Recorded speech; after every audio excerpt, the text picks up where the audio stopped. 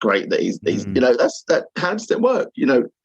And the thing for me is that, like, whilst he's here, and we don't know if he'll achieve this or not, but whilst he's here, his desire is 100% behind trying to achieve something with the club, trying to win something for the club. Yeah. His commitment is there, from what he says, and I wholeheartedly believe every word he says when he says that he wants to achieve something with the club. Why would he not, Steve? Why would he not? Why would he want to come and fail? Of course he won't. He wants to come and succeed.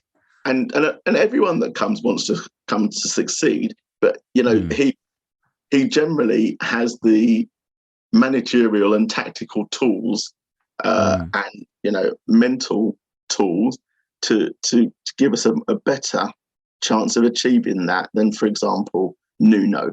So that's kind of been the mood music from him this week, with the comments that he's made in the media about wanting to achieve something and wanting to stay, for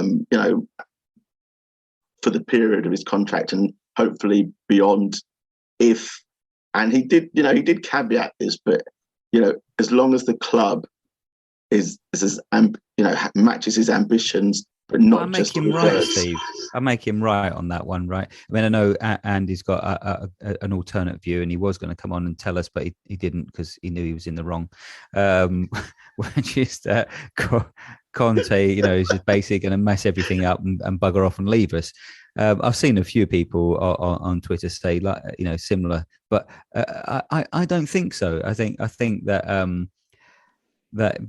he's here because he thinks he can, and if he gets the right back in, he will. He knows his system works, but this is what we said earlier on in the pod. If he gets the back in, he must believe, or he seems to hope, which is one of the words he used just the other day.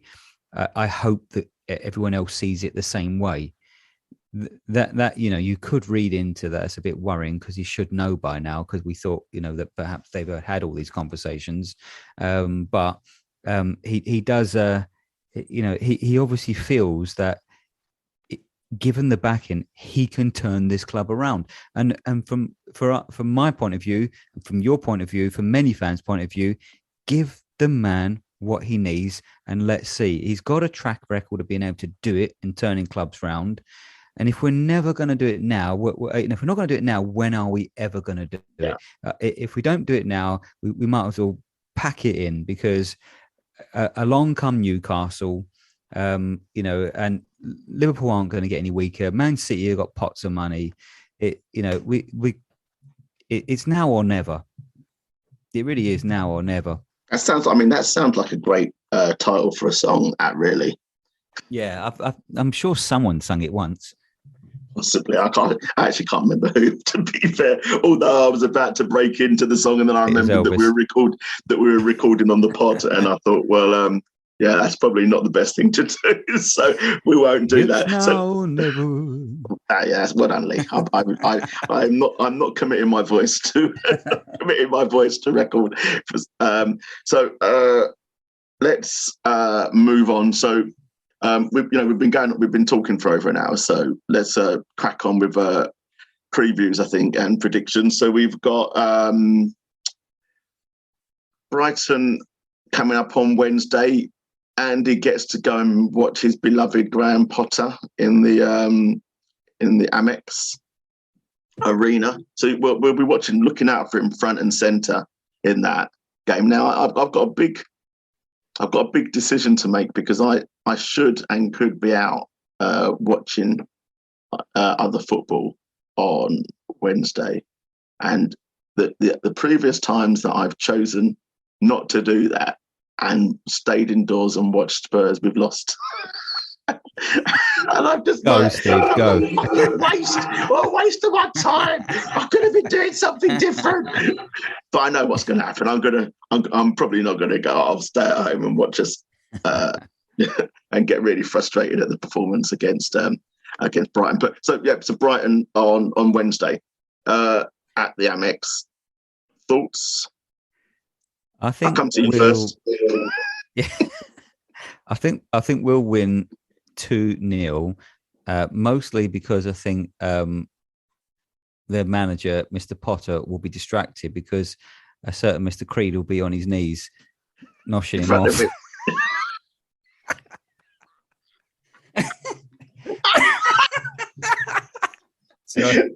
Sorry, Andy.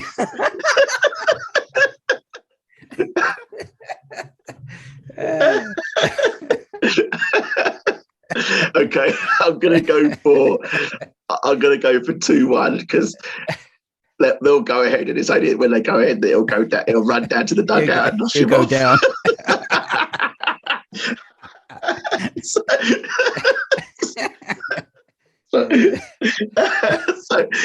so hopefully we get a victory. We get a victory out of that game. So that's the win in the sequence. Unfortunately, for the loss in the sequence, we're due to face West Ham at home. I'm not going, unfortunately. Well, I don't think I'm going at this moment in time. I'm not going unless the game suddenly gets called off very early in the week. But unless my game gets called off very early in the week, I won't be there. So you're not going. I understand either. No. But predictions for the game.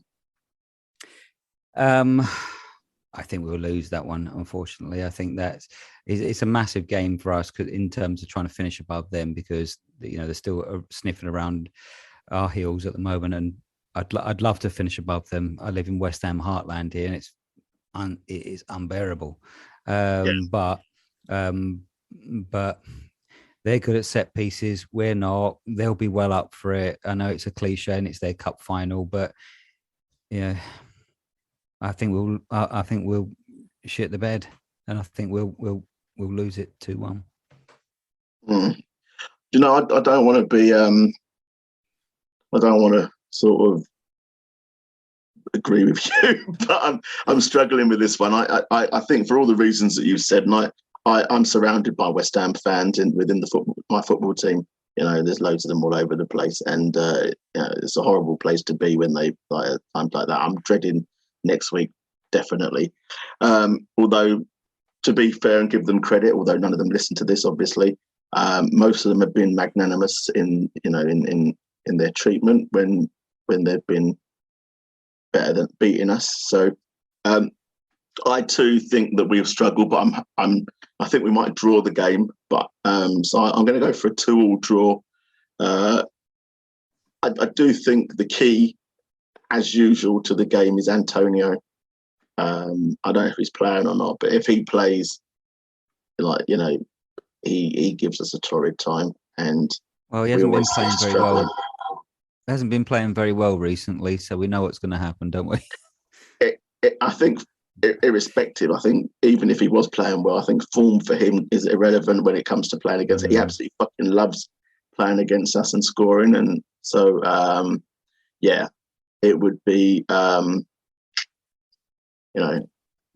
it'd be typical of him to put in a 5-star performance. So 2-2 I'm going for, but I'd love a win, please. A win, please, just for once, a win, and to break that sequence. Okay, nice one. Thank you very much. So just quickly finish off, a couple of shout outs. Obvious shout out to We Are Tottenham Pie and Mash. Also, big shout out to Redemption. I think from checking the chat, Tero will be coming over from Finland for the game on Sunday, and he'll be getting over to Redemption. So hopefully many other people will get over to see him there. And he had asked for the Korean chicken people to be available. I'm not sure if Redemption have managed to make that happen or not, but there may be food available. So get along for some fine beer and some fine food, and forget about the football. Enjoy the pre-match entertainment and enjoy yourselves there instead. So I think that's it, really. So we've been the Varside Spurs Pubcast. Thank you and good night. Coys. Lucas